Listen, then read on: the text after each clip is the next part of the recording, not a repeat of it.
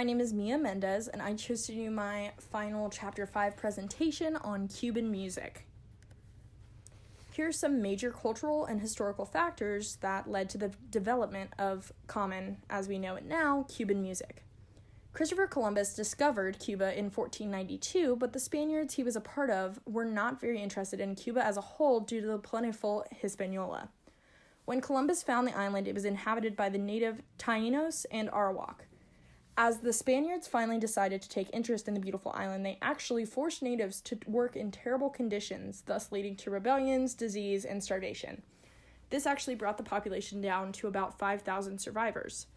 Here is actually the statue they have in Havana, Cuba, of Christopher Columbus. When Spain and the United States problems began, it was primarily over Cuba, thus starting the Spanish-American War of 1898, when the USS Maine was blown up in Havana. In 1902, Cuba was independent from the U.S., but still had heavy American influence.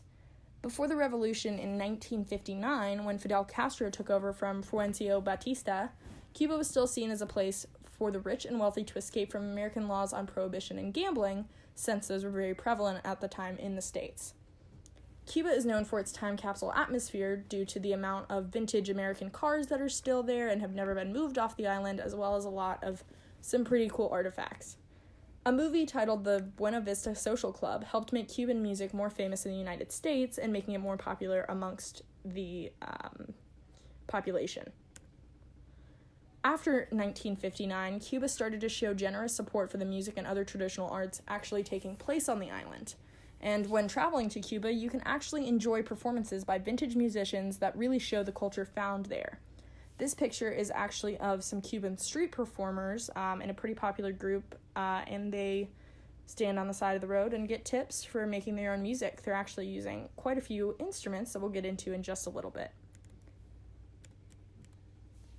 So Cuba's music is different than other Caribbean island sounds because of the successful blending of the European and African musical traditions.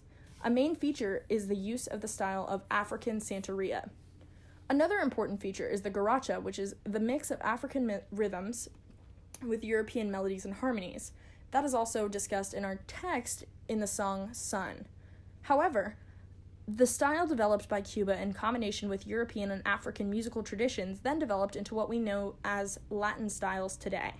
This style of music has a lot to do with the popularity of Latin ballroom dancing.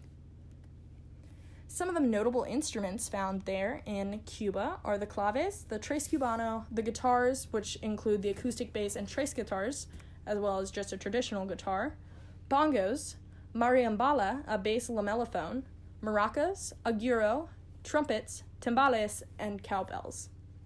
This picture is another picture of somebody actually with a marimbala, which is the bass lamellophone, just relaxing on the side of the road in Cuba. Many singers in Cuba, in Cuban style, in regards to their vocal style, enter a song in a polyphonic singing to enter onto the main theme of the song. You can actually see this in the in-text listening guide on page 254. There's also a lot of repetition seen in the songs, but also lots of improvisation, basically meaning that they add a lot into it that wasn't necessarily recorded or written down. The vocals are used less because traditionally artists dance along to the music and rhythm found there, doing traditional dances to the merengue per se. Most of the vocal styles found follow a polyrhythmic foundation created by the percussion instruments that we discussed earlier.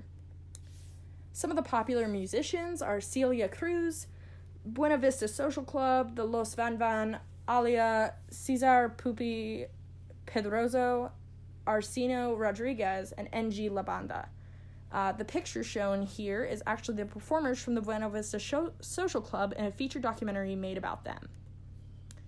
So I chose Cuba because I'm kind of drawn to it in a way. Puerto Rico actually wasn't covered in our textbook, but I am half Puerto Rican, and I see a lot of similarities in the sounds found in Cuba. I also thought the in-text listening guide on Sun was very interesting and instantly drew me to the island because it kind of reminded me of some original Spanish tunes that I'd heard. Thanks for listening!